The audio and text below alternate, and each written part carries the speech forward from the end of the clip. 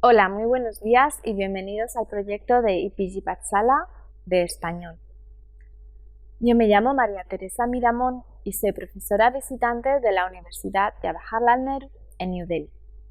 En esta universidad enseño asignaturas de lengua, literatura e historia de España, como por ejemplo literatura española medieval o literatura española del siglo XX y contemporánea, al igual que historia de España del siglo XX y diferentes asignaturas de lengua española. Hoy vamos a comenzar con el módulo 24 del paper 15 de Historia y Cultura de Hispanoamérica, que se titula Centroamérica en el siglo XIX y XX. El Salvador, Nicaragua, Costa Rica y Honduras. En este módulo vamos a hacer una introducción a la historia del Salvador, Nicaragua, Costa Rica y Honduras durante el siglo XIX y XX. Estos territorios fueron una vez conocidos como las Provincias Unidas de Centroamérica por un breve periodo de tiempo después de su independencia de la colonización española. Este territorio fue una república federal que se dio en América Central desde julio de 1823 hasta 1839 o 1841, aunque a partir de noviembre de 1824 adoptó oficialmente. Este territorio fue una república federal que se dio en América Central desde julio de 1823 hasta 1839 o el 41, aunque a partir de noviembre de 1824 adoptó oficialmente la denominación de República Federal de Centroamérica. Después de esta fecha, los países fueron poco a poco separándose de la Unión y creando sus propias repúblicas.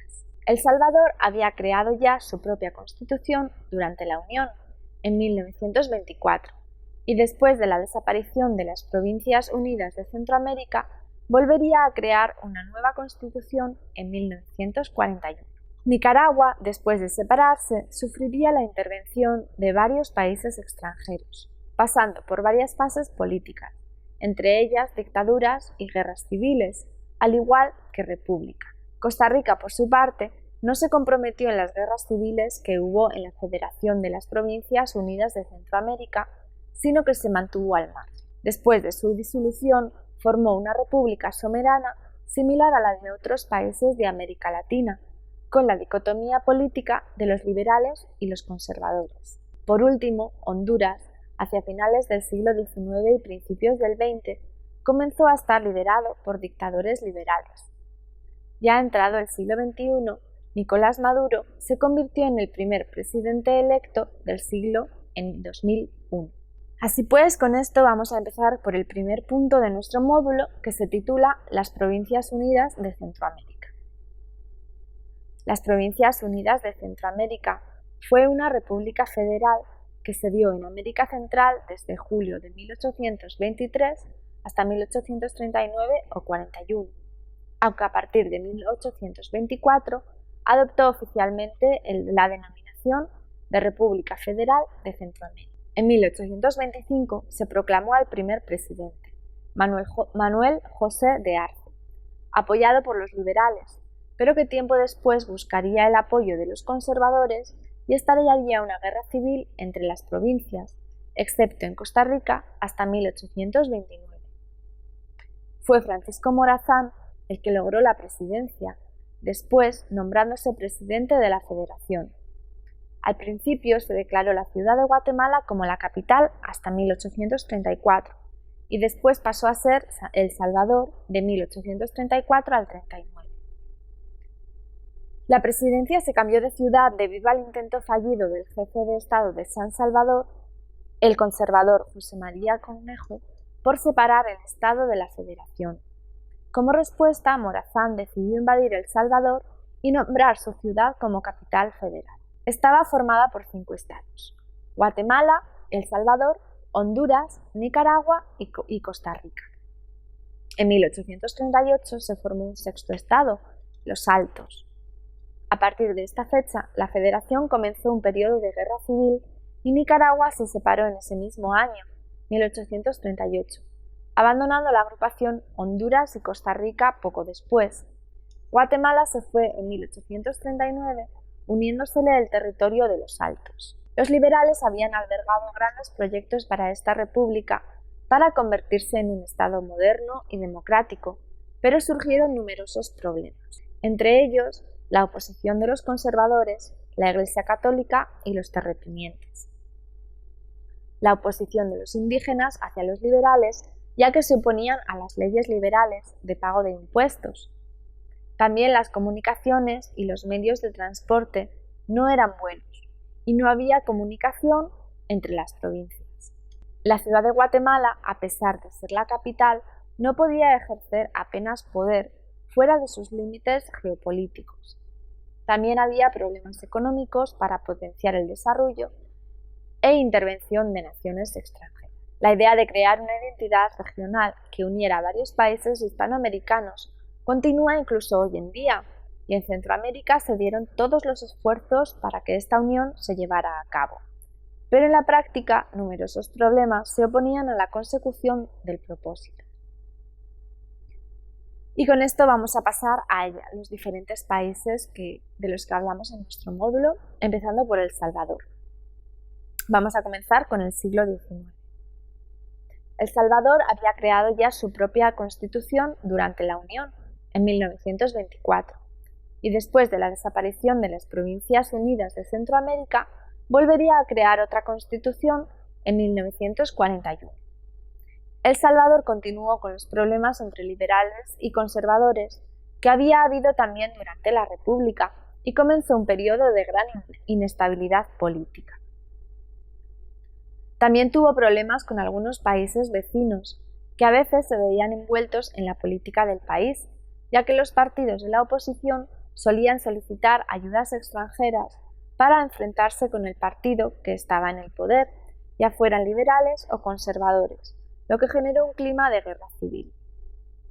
Los liberales, por su parte, apoyaban las ideas de libertad individual, liberalización del comercio, separación de Iglesia y Estado, etc., mientras que los conservadores pugnaban por mantener instituciones provenientes de la colonización, como autoridades civiles y eclesiásticas.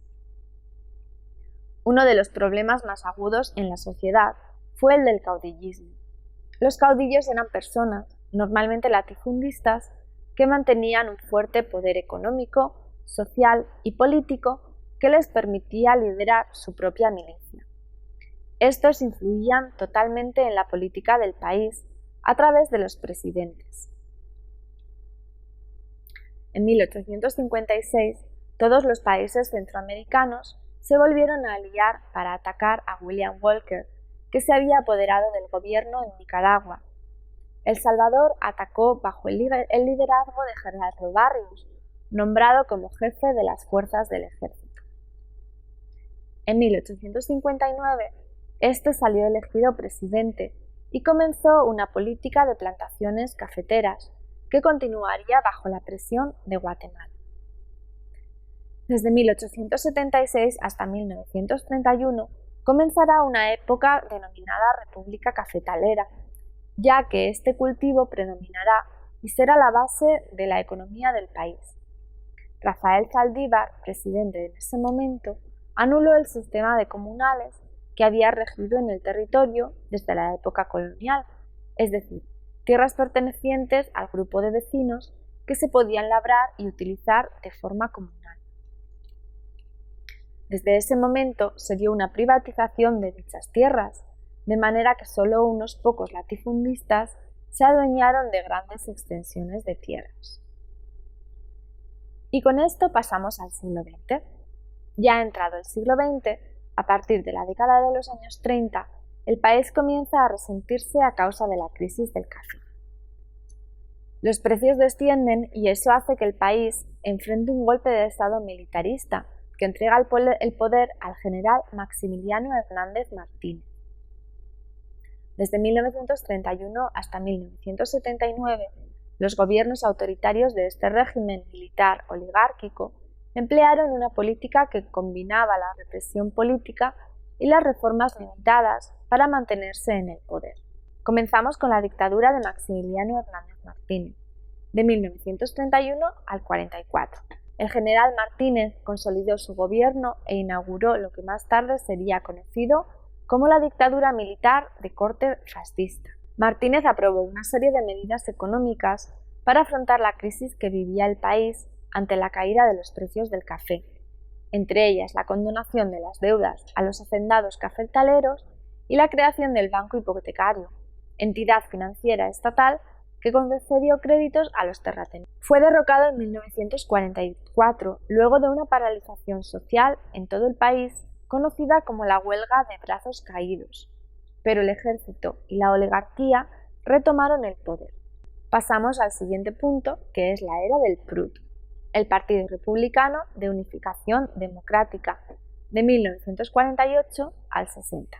En 1950 se redactó una nueva constitución de carácter social progresista y se creó un nuevo partido oficial, el Partido Revolucionario de Unificación Democrática, el PRUD, que gobernó con el teniente coronel Óscar Osorio de 1950 al 56 y el teniente coronel José María Lemus del 56 al 60, quienes impulsaron una serie de reformas de corte socialista. Planes sociales y obras de infraestructura que llevaron a cabo gracias a un periodo de estabilidad en los precios del café y a la introducción del algodón. Cuando al final de la década de 1950 el precio del café decayó, el gobierno de Lemus entró en crisis y fue derrocado el 26 de octubre de 1960. Y pasamos a los gobiernos del PCN, el Partido de Conciliación Nacional, del 62 al 79. El Salvador se adhirió al programa de la Alianza para el Progreso, impulsado por la administración de John F. Kennedy para contrarrestar la oleada de movimientos guerrilleros y fuerzas de izquierda inspiradas en la Revolución Cubana del 59. Estados Unidos aprobó préstamos para la construcción de infraestructuras económicas para modernizar la base atrasada del Estado salvadoreño. Durante este periodo se planificaron y construyeron obras de infraestructura. Pero después de este periodo vino la Guerra Civil, que es el siguiente punto, de 1979 al 92. Después de esto, el país entró en un nuevo periodo de inestabilidad. Un grupo de militares expulsó al general Carlos Humberto Romero y formó una junta revolucionaria de gobierno, tras anunciar la proclama de la Fuerza Armada. La Junta Revolucionaria ya en el gobierno creó un ejército gubernamental llamado la Fuerza Armada del Salvador, el FAES, que se enfrentó a las fuerzas insurgentes del Frente Marabundo Martí para la Liberación Nacional.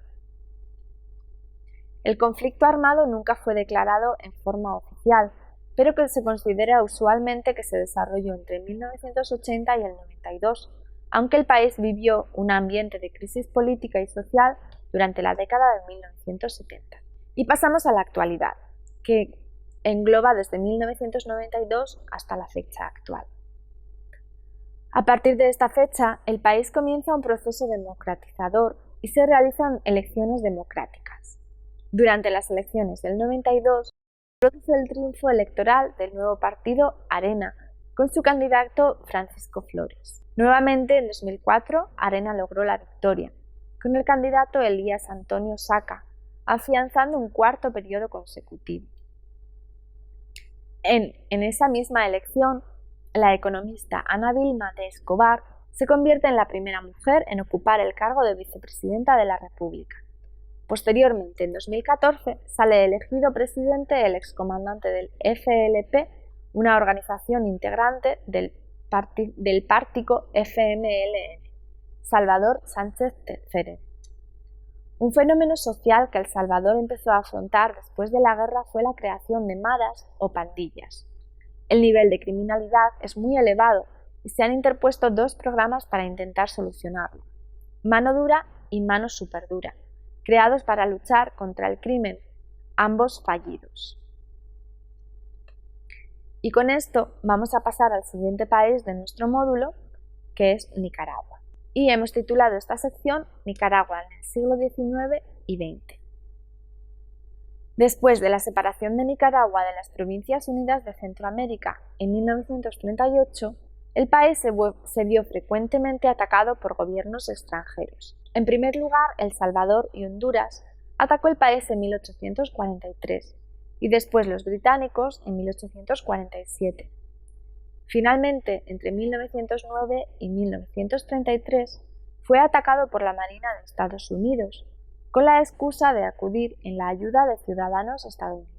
En realidad es que unos mercenarios habían sido ajusticiados bajo el mandato del presidente Zelaya, que fue derrocado bajo la influencia estadounidense.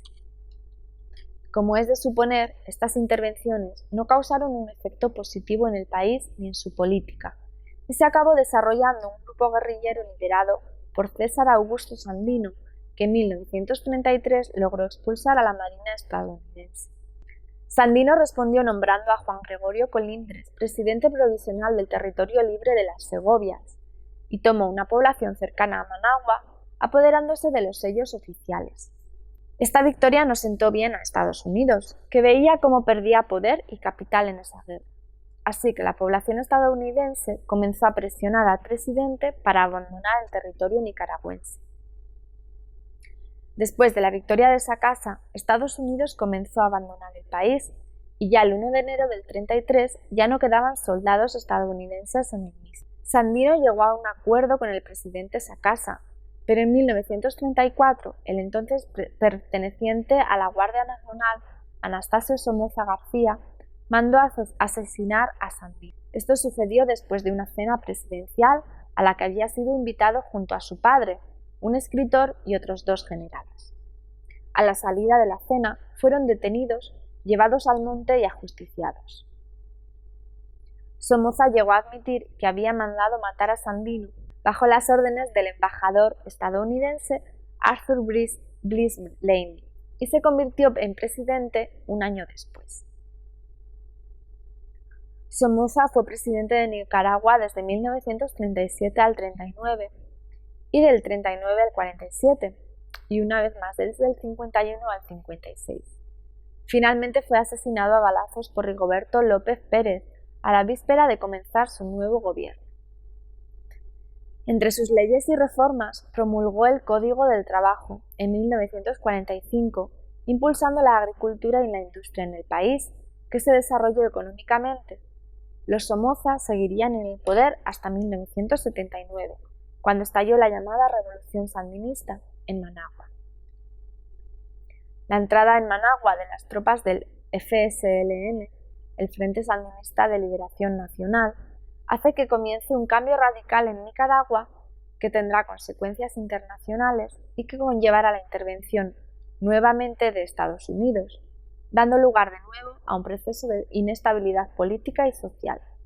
La guerra civil estalla en el país, promovida por Estados Unidos al final de la presidencia de Ronald Reagan y continuada por Bush padre.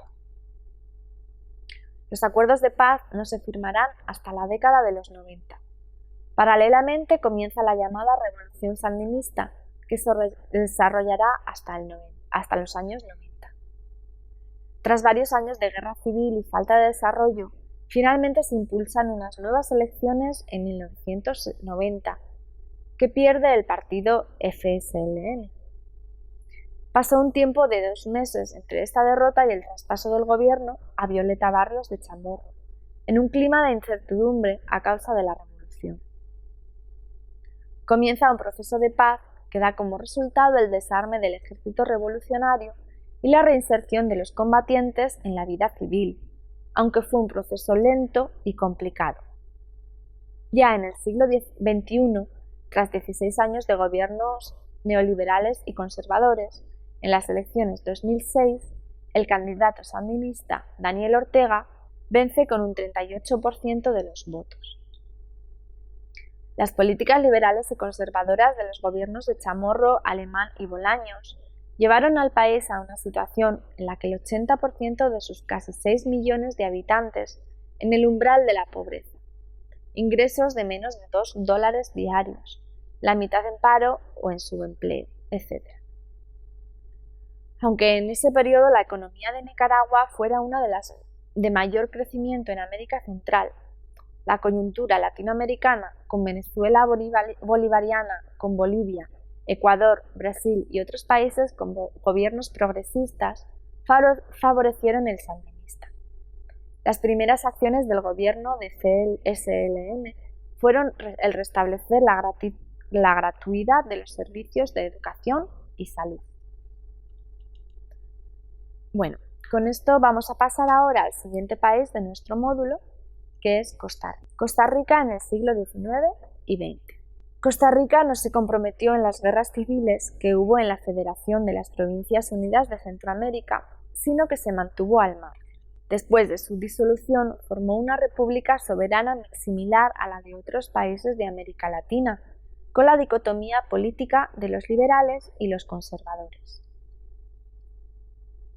Las ciudades de Cartago, San José, Heredia y Alajuela se disputaron ser la capital del país, ganando el puesto San José. Al igual que Nicaragua, Costa Rica mantuvo durante todo el siglo XIX una fuerte competitividad agrícola del café, un importante producto de exportación. En los años 1870 al 82, Costa Rica hizo grandes progresos en comunicaciones y transporte, invirtiendo en el ferrocarril, en nuevas vías férreas y otros elementos públicos. Se implantó en el país, al igual que en Guatemala, la empresa United Fruit Company, un gran imperio bananero que regía el norteamericano-estadounidense Minor Seacade, que invirtió en el país desarrollando las llanuras costeras, las vías férreas y otras infraestructuras, haciendo al país mucho más dependiente de los mercados extranjeros. También se habla del inicio de la corrupción debido al tráfico de influencias, ya que Minor Seacade estaba casado con Cristina Castro Fernández, hija del primer presidente de Costa Rica, José María Castro Madrid, que a su vez estaba casado con Pacífica Hernández Oreamuno, hermana de Próspero Fernando Oreamuno, quien otorgó a Minor Cooper Fate el territorio como pago, demostrando que el negocio fue redondo y se manejó para beneficio de algunas familias de élite dentro de los gobiernos. Años más tarde, el país vivió una era de democracia en paz que comenzó en 1889, cuando las elecciones fueron consideradas las primeras en ser honestas y realmente libres en la historia del país. Desde 1936, el Partido Republicano Nacional Reformista, PRN, ascendió a la presidencia y una vez más en 1940. Sin embargo, la victoria del liberal Otilio Ulate en el 48 llevó al país a una guerra civil, ya que el PRN no quería dejar el poder. Un nuevo partido, el Partido de la Liberación Nacional, PLN, logró imponer a Otilio Ulate, el elegido presidente, y llegó a ser el partido dominante del país. A partir de ese momento, Costa Rica comenzó a ser uno de los países más democráticos de América Latina, evitando en lo posible la violencia que han podido experimentar otros países centroamericanos. Solo en 1917 hubo un golpe de Estado que derivó en una dictadura durante 2 años por Federico Tinoco Granados, y en 1948 un levantamiento armado llevado a cabo por José Figueres Ferrer, conocido como la Guerra del 48, que duró menos de 2 meses. Costa Rica ha desarrollado un alto nivel de vida y se sitúa en 4º lugar en el Índice de Desarrollo Humano de entre las naciones iberoamericanas. Y con esto vamos a pasar al siguiente país de nuestro módulo, que es Honduras. Y vamos a hablar de Honduras en el siglo XIX y XX. Después de la salida de Honduras de la Confederación con El Salvador y Nicaragua desde 1840 hasta los años 70, el país fue frecuentemente dirigido por dictaduras conservadoras sin prestar demasiada atención a las elecciones democráticas y viviendo una serie de revueltas intensas, al igual que un fuerte intervencionismo extranjero. En primer lugar, con el filibustero estadounidense William Walker, que se autonombró presidente de Nicaragua en 1856. Después de unos años, los británicos pidieron su ayuda para intervenir a su favor en un traspaso de tierras. Este se trasladó a Honduras pensando que sería bien recibido por los liberales de Honduras, pero no fue bien recibido ni por unos ni por otros. Walker se entregó a los colonos ingleses, quienes lo entregaron a las autoridades hondureñas, que lo fusilaron a los pocos días. Con esto y la entrada por parte de los británicos de las islas de la bahía, se resolvía el conflicto que amenazaba la integridad territorial de Centroamérica y Honduras en concreto. Ya hacia finales del siglo XIX y principios del XX, el país comenzó a estar liderado por dictadores liberales, como Marcos Soto en 1876. Durante el siglo XX comenzó a crecer la importancia de las plantaciones bananeras, que puso al país bajo el influjo de compañías estadounidenses, como la conocida United Fruit Company u otras. En 1929 comenzó lo que se viene a llamar una república bananera, aunque éstas no contribuyeran demasiado al desarrollo de infraestructuras en el país, le aportaron un producto de exportación mayor, desarrollando los puertos caribeños. De 1933 al 48 se desarrolló otra nueva dictadura, esta vez sostenida por la United Fruit Company. Sin embargo, en el 54 le sucedió Juan Manuel Gálvez, que comenzó una política de modernización del país que llevó a una huelga general de los obreros de las plantaciones bananeras. Ahí comenzó la decadencia de la gran empresa estadounidense en el país. Es ese año cuando Honduras se une a la Organización de los Estados de América Central. Desde ese año se pone en marcha un régimen democrático que duraría hasta 1963, con el golpe de estado del coronel Osvaldo López Arellano. Los años 80 se destacan por ser un periodo de inestabilidad política de los países vecinos, y en esa década Honduras se convirtió en una base para los guerrilleros que luchaban contra el gobierno de Nicaragua. Ya entrado el siglo XXI, Nicolás Maduro se convirtió en el primer presidente electo del siglo, en 2001. Su objetivo principal era luchar contra la violencia y la criminalidad del país. Manuel Zelaya lo sustituyó en 2006 y su objetivo era abrir un proceso constituyente a la imagen de los ya establecidos en otros países latinoamericanos como Venezuela o Ecuador, lo que le llevó a ganarse la enemistad de algunos hondureños, de los sectores tradicionalistas, grandes empresarios, gente de su propio partido, intelectuales, etc. Con el apoyo del ejército destituyeron a Zelaya y el Congreso eligió a un sustituto, el también liberal Roberto Micheletti. La comunidad internacional tildó esta acción como un golpe de Estado y el país se dividió entre los que apoyaban a Zelaya y los que estaban en contra.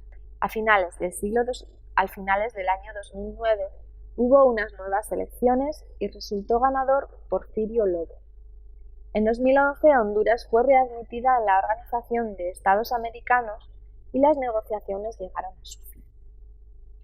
Y con esto damos por finalizado el capítulo sobre Honduras y el módulo sobre Centroamérica y los países de El Salvador, Costa Rica, Nicaragua y Honduras. Muchas gracias por habernos escuchado.